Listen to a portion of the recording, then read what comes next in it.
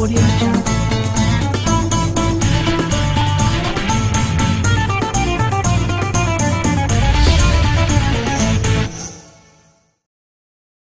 Bismillahirrahmanirrahim. Assalamualaikum warahmatullahi wabarakatuh. Alhamdulillahirrabbilalamin. Wassalatu wassalamu ala asrafil anbiya'il wal mursalin Sayyidina wa maulana Muhammad wa ala alihi wa sahbihi ajma'in. Amma ba'du. Sebagai hamba Allah yang beriman, marilah kita panjatkan puji dan syukur kehadirat Allah Subhanahu wa taala yang memberikan kekuatan, kesehatan lahir dan batin kepada kita semua.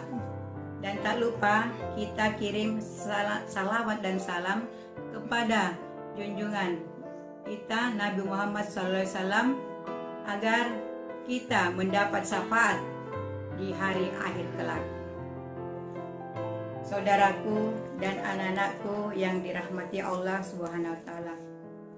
Pada kesempatan ini saya akan menyampaikan tentang puasa, yaitu orang-orang yang merugi di dalam bulan suci Ramadan. Mengapa ada orang-orang yang merugi di dalam suci Ramadan? Hal ini disebabkan karena tidak mengamalkan amal yang baik pada bulan suci Ramadan. Sedangkan di dalam bulan suci Ramadan ini memiliki segudang berkah dan pahala untuk diraih. Abu Hurairah radhiyallahu anha berkata, Rasulullah SAW bersabda, yang artinya apabila datang bulan suci Ramadan, pintu-pintu surga dibuka, pintu-pintu neraka ditutup, dan syaitan-syaitan dibelenggu. Hadis riwayat Muslim. Dan sabda Nabi Muhammad SAW, tentunya kita menyadari betapa pentingnya bulan Ramadan. Oleh karena itu, marilah kita memperbanyak amal ibadah supaya kita tidak termasuk golongan orang-orang yang merugi. Saudaraku dan anak-anakku yang dirahmati Allah Subhanahu wa taala. Nabi Muhammad SAW bersabda yang artinya, betapa banyak orang yang berpuasa namun tidak mendapatkan apa-apa selain lapar, dan berapa banyak orang yang salat di tengah malam tidak mendapatkan apa-apa selain begadang. Hadis riwayat Nasai.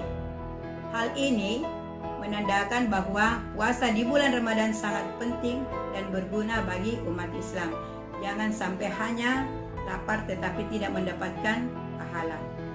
Saudaraku dan anak-anakku yang dirahmati Allah Subhanahu wa taala. Orang yang merugi di dalam bulan Ramadan itu ada 4, yaitu 1, orang yang puasa hanya mendapatkan lapar dan haus. Kedua, yaitu orang yang salat tarawihnya tidak selesai, tidak lengkap. Kemudian ketiga, orang yang jarang membaca Al-Quran.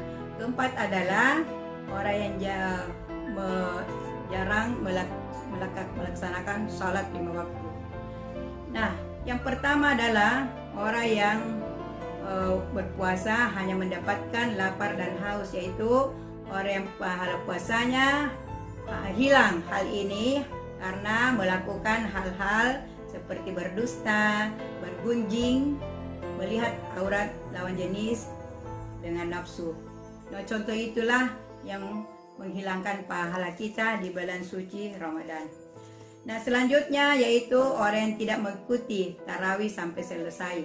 Sering sekali kita melihat ada yang keluar masjid sebelum selesai tarawih sebelum dimulainya salat witir. Tetapi sekarang ini dalam keadaan ada virus corona, jadi walaupun kita salat tarawih di rumah, kita harus melaksanakan sampai selesai, sampai witir selesai.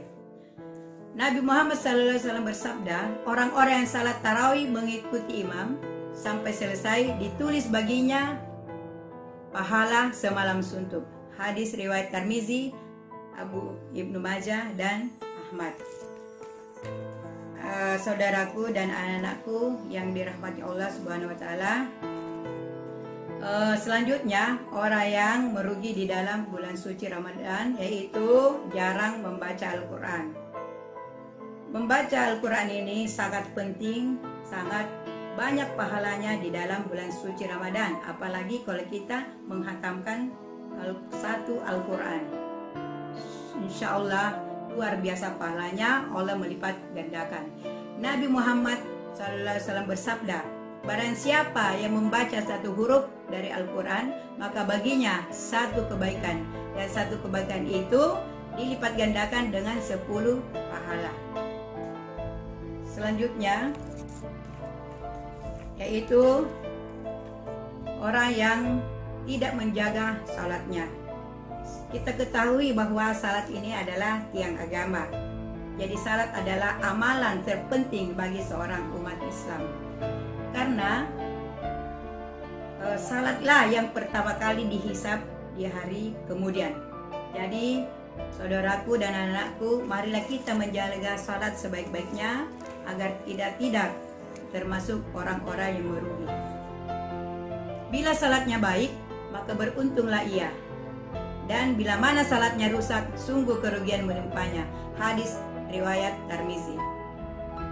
Kemudian marilah kita menjaga salat dengan bukan hanya di bulan suci Ramadan, tetapi salat ini kita laksanakan setiap hari, yaitu 5 waktu sehari semalam.